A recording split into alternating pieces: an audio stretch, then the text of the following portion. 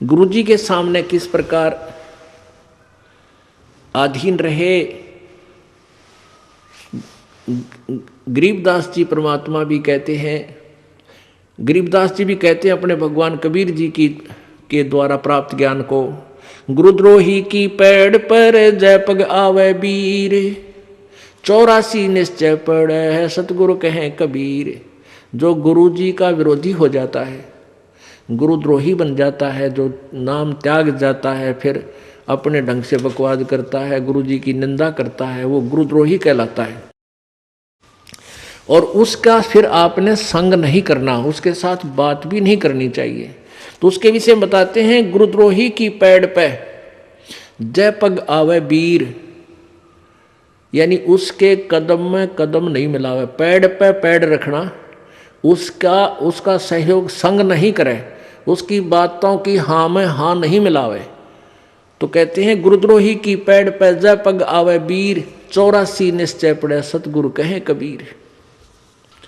अब कहते हैं दो कर जोड़ गुरु के आगे, करबो विनती चरना लागे, अति शीतल बोले सब बहना, मिटे सकल कपट के बहना। हे गुरु तुम हो दीन दयाला, मैं हूँ दीन करो प्रतिपाला, बंदी छोड़ मैं अति अनाथा, बहु जल बूढ़त पकड़ो हाथा। अब कहते हैं गुरुजी के सामने ऐसे विनम्र हो बातें करे। दो कर जोड़ गुरु के आगे, करे बहु बिनती चरना लागे, अति शीतल बोले सब बहना, मिटे सकल कपट के बहना।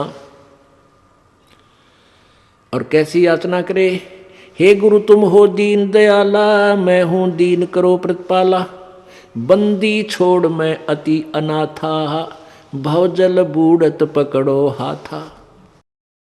दीजो उपदेश गुप्त मंत्र सुनावो, जन्म मरण भव दुख छुड़वाओ। जैसे आपको प्रथम मंत्र दिया जाता है, उसके बाद आपको सतनाम दिया जाता है, और फिर एक गुप्त मंत्र है सार नाम। उसके विषय में परमात्मा कह रहे हैं कि ऐसे आपने अधीन होना है अपने सार नाम प्राप्त प्राणी को प्राप्त करने के लिए प्राणी को। बंदी छोड़ मैं अति अनाथा, भवजल बूढ़त पकड़ो हाथा। दीजे उपदेश गुप्त मंत्र सुनावो, जन्म मरण भव दुख छुड़वाओ। यो आदीन होवे शिष जब ही, शिष पर कृपा करे गुरु तब ही। कि गुरु के लिए भी संदेश दे रहे हैं जो अपना कृपा पात्र भेजते हैं प्रभु, कि जब इतना अधीन प्राणी हो ले तब गुरु उसको गुप्त मंत्र देवे जो सतगुरु है। वैसे नहीं देवे, वो व्यर्थ हो जाएगा, लाभ नहीं होगा। कैसे नहीं होगा?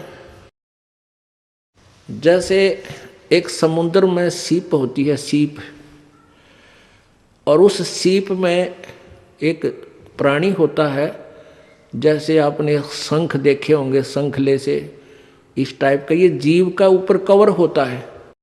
तो उसमें एक सीप में एक जीव एक सीप होती है, जीव ही होता है वो, उसका कवर ऐसा होता है, उसका शरीर जैसा शंख का आपने देखा होगा, ऐसा उसका शरीर होता है। और वो सीप समुद्र में ही रहती है, जल से बाहर नहीं जाती। और उसको जब प्यास लगती है वो जल के ऊपर आ जाती है समुद्र के, और आसमान से जब वर्षा हो रही हो, रजा हो प्रभु की, उस समय आसमान से वर्षा हो तो उस वर्षा के जल को वो मुख में ग्रहण कर लेती है, और उस आसमान से गिरे हुए जल से को प्राप्त करके मुंह बंद कर लेती है। फिर उसमें मोती बनता है, अन्यथा मोती नहीं बने।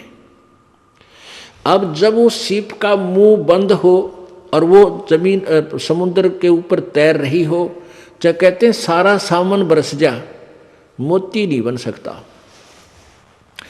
तो क्या कहते हैं परमात्मा कि जब आप में इतनी तड़प होगी तो आपके अंतःकरण रूपी सीप का मुंह खुल गया, और उस खुले मुंह में जब वो गुप्त मंत्र डाला जाएगा तो आप फिर वो उसमें मोक्ष रूपी मोती बन पाओगा।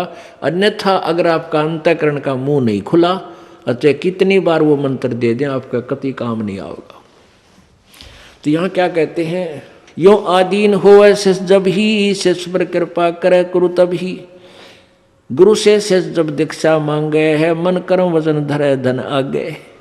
गुरु से जब शिष दीक्षा मांगे और मन कर्म वचन धरे धन आगे।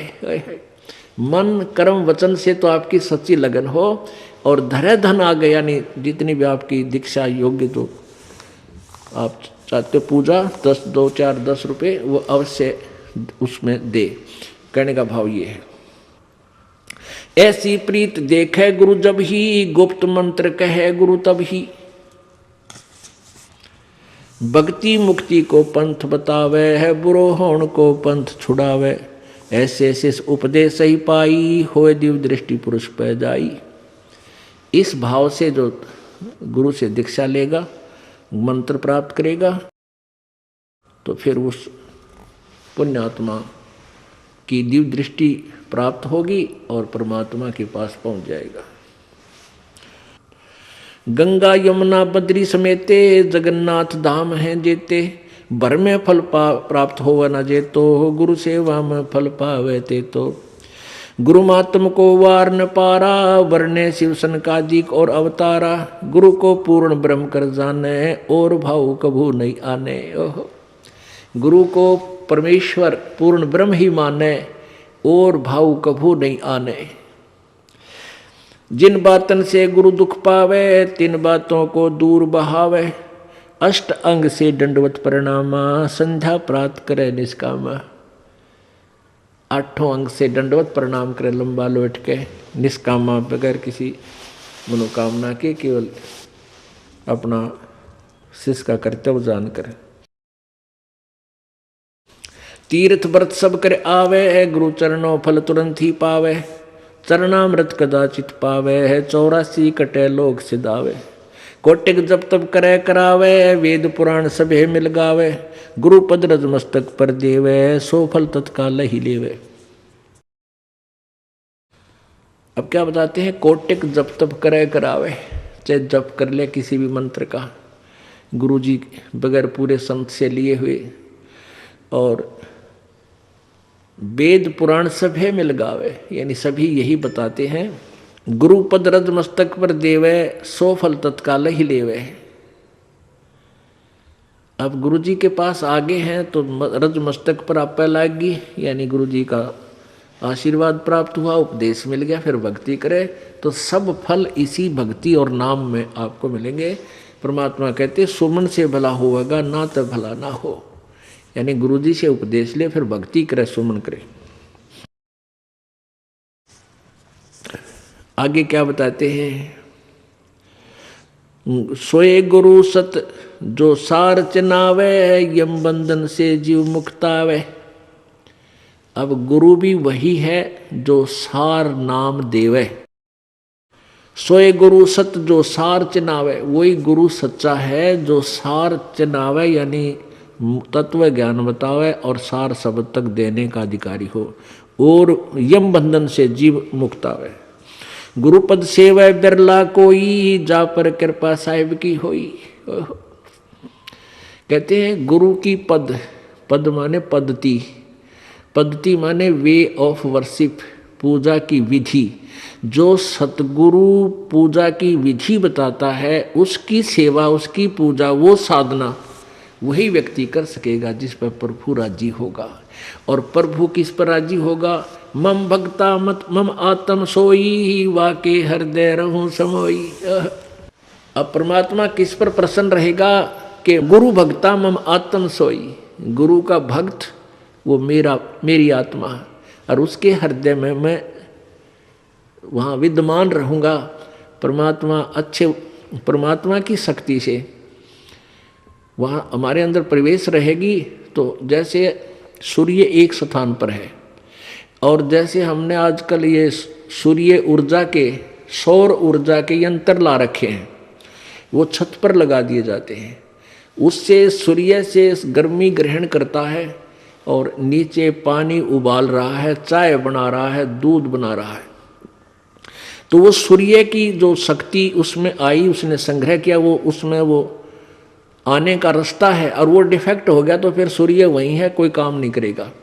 ऐसे ही कहते हैं जब तक तू गुरुजी का भक्त बना रहेगा तो मैं आपके हृदय में अर्थात मेरी शक्ति तेरे अंदर काम करती रहेगी।